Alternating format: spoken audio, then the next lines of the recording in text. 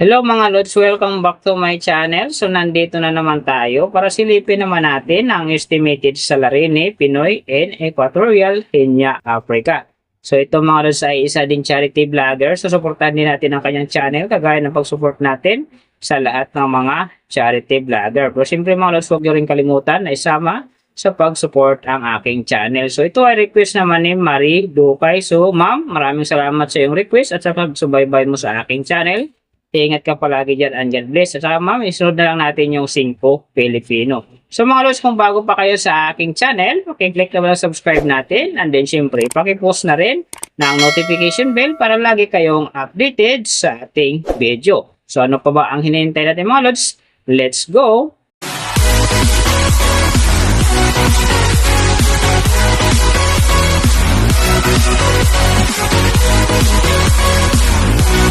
So mga Lods, si Pinoy in Equatorial Guinea sa ngayon ay mayroon ng upload videos na 3,052 and then mayroon na rin siyang subscriber na 539,000.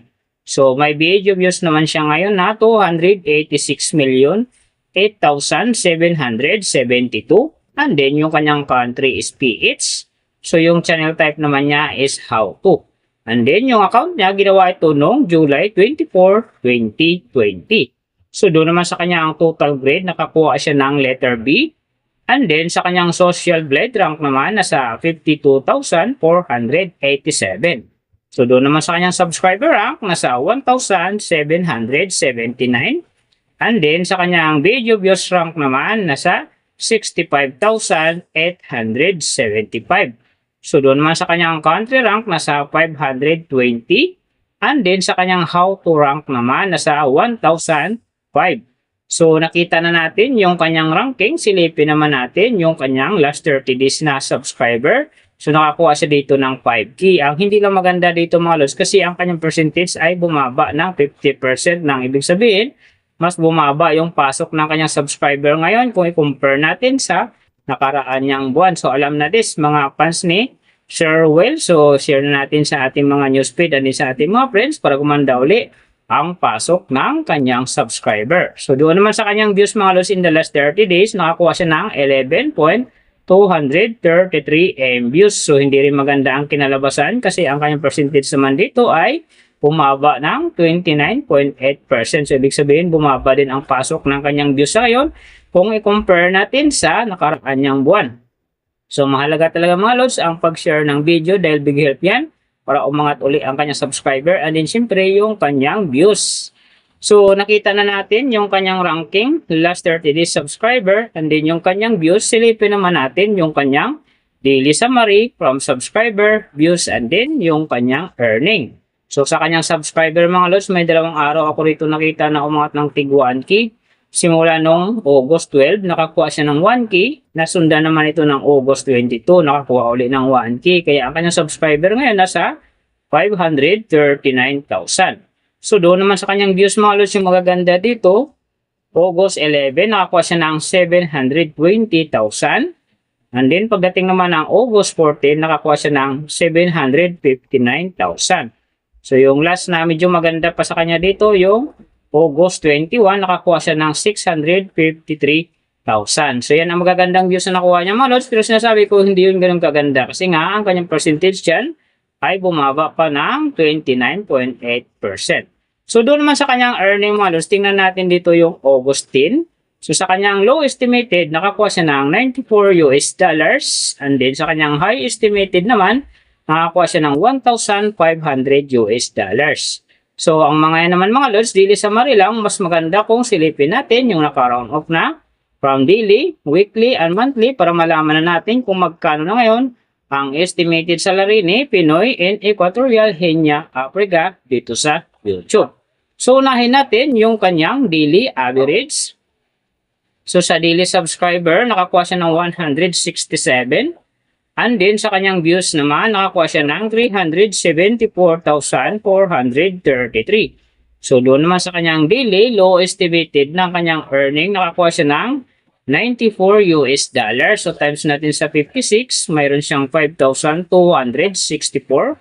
And then sa kanyang daily high estimated naman ng kanyang earning, nakakuha siya ng 1,500 US dollars. So times natin sa 56, mayroon siyang 84,000. So yan mga lods ang kanyang daily average. So pupunta naman tayo sa kanyang weekly average.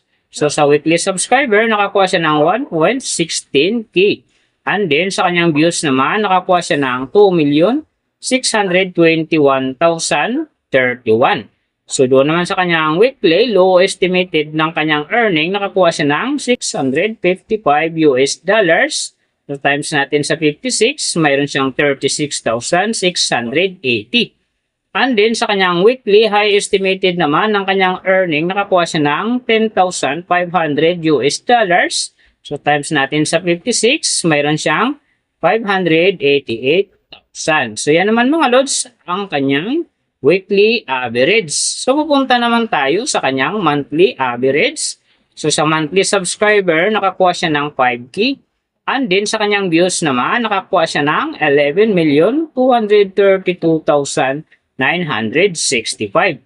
So doon naman sa kanyang monthly, low estimated ng kanyang earning, nakakuha siya ng 2,800 US dollars. So times natin sa 56, mayroon siyang 156,800. And then sa kanyang monthly high estimated naman ng kanyang earning, nakakuha siya ng 44,900 US dollars. So times natin sa 56, mayroon siyang 2,514,400. So yan naman mga lods ang kanyang monthly average. And then yung nababanggit ko rito or nakikita nyo, is pawang estimated lamang yan. Nakabis lang tayo sa Social Blade website. Isang public website na kahit sino pwedeng mag-open para malaman kung magkano na ang estimated salary ng ating mga iniidolong YouTuber, vlogger, or influencer. And then mga lods, lagi ko sinasabi, palagi natutupad dyan yung low estimated kasi nga hindi talaga natin kaya demand sa ating mga viewers na huwag mag-skip ng ads. Pero pwede pa rin naman yan maging times 2, times 3, or maging times 4 pa yan kapag ang isang vlogger nakapagpa-viral ng video. Pero siyempre mga lods, kung supporter ka ni Pinoy Equatorial Henya Africa, huwag ka nang mag-skip ng ads dahil big help yan sa kanyang channel at saka siyempre sa mga tao rin na kanya rin tinutulungan dahil siya nga ay isa ring charity vlogger. Pero siyempre mga lods, huwag nyo rin kalimutan na huwag na rin skip ang aking ads dahil big help yan sa aking channel at saka siyempre sa aking mga personal na ad ikain. So mga lods, kung nagustuhan nyo ang video na to, pakiclick naman ang subscribe natin and then siyempre pakipost na rin ng notification bell para lagi kayong updated sa ating video. And then, kung mayroong gusto magpagawa ng video na sim nito para sa inyong mga iniidolong YouTuber, vlogger, or influencer, comment nyo na sa baba yung tamang detalye ng kanyang channel para ma-search natin kagad at magawa natin sa next video. So, big thank you sa lahat ng mga sumusuporta sa aking channel. Sa magsusupport pa lang. Iingat kayo palagi and God bless. At sana gabayan kayo palagi ng Panginoon sa ginagawa niyo araw-araw. At syempre, magtagumpay din kayo sa inyong mga pangarap. So, hanggang dito na lang. See you on my next video.